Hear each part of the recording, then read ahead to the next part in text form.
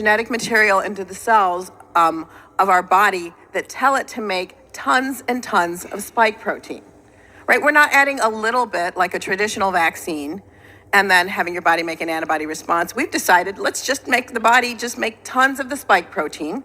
And we know that the spike protein is toxic. The Ginsha lab at Georgetown showed the spike protein signals through the ACE2 receptor, which usually doesn't signal at all, and that leads to pulmonary hypertension. This is causing inflammation. Avolio and at the Bristol Medical Center in the UK showed that the spike protein severely disrupts the functions of cells that support the heart. Maybe it's just me, but I want my heart cells to work right. Lee et al. Out of Hong Kong demonstrated the antibodies made to the spike protein cross-react with our own tissues so that many people, when they make antibodies to the spike protein, they're getting an autoimmune response that can be devastating. I could go on and on and on. We know the spike protein is toxic. Why are we having our bodies make it? As an African-American scientist, I'm extremely troubled about this one-size-fits-all approach to vaccination and vaccine mandates. There is now a growing body of data showing that people of African descent respond more vigorously to vaccines containing RNA viruses and may need a lower dose. This is Gregory Poland's work out of the Mayo Clinic. And basically, he showed that they have both a higher innate and a higher humoral response. And in order for those vaccines to be safe, we're looking at something like the MMR with measles, mumps, and rubella, all RNA viruses. They may need a lower dose because the higher dose, when you activate your immune system, it becomes inflammatory. If you activate it too much, it becomes hyperinflammatory.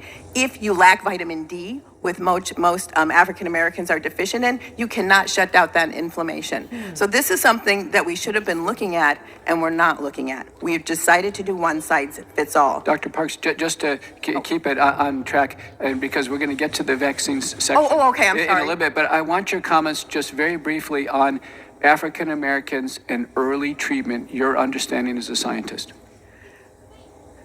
We need to have vitamin D. Right? We need to have vitamin D sufficiency. In fact, we need to have hydroxychloroquine. Not only is it's anti-inflammatory, but it actually modulates many of the predispositions for diabetes and hypertension that African Americans suffer from. So regardless of the fact that it's used as a to prevent viral replication and things like that, it can actually modulate the predispositions. And so why wouldn't you want to give it in order to stabilize things like blood sugar levels and in order to stabilize inflammation? Very specifically, African Americans have double the mortality of non-African Americans, and the mortalities all happen in the hospital.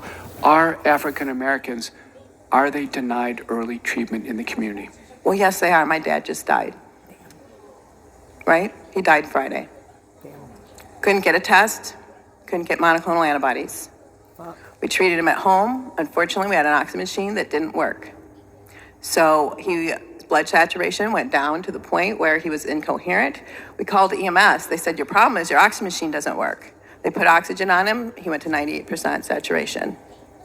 We moved him to the hospital. He recovered all his cognitive functions. He was doing quite well.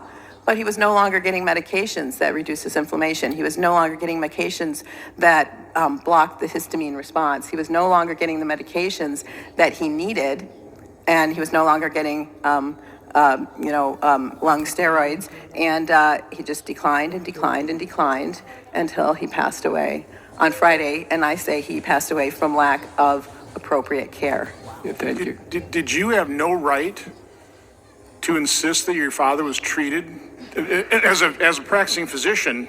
I'm not a physician. I'm a PhD. Oh, okay, I'm sorry. So, but you had no right as a family member. No, they said these are our protocols, and this is all we'll do. I mean, we asked for those things specifically. In my father's case, things went fairly quickly. First, they told us we'll send him home tomorrow with oxygen. Then they changed their story, and and we asked for particular medications, and they said those weren't part of their protocol. They could not give them to us. Well, we are deeply sorry, and even more deeply sorry the fact that yours isn't the only story I've heard like that. I've heard countless stories. But Dr. McCullough. There may be 800,000 stories like this. I'm going to recognize Dr. Mary Bowden.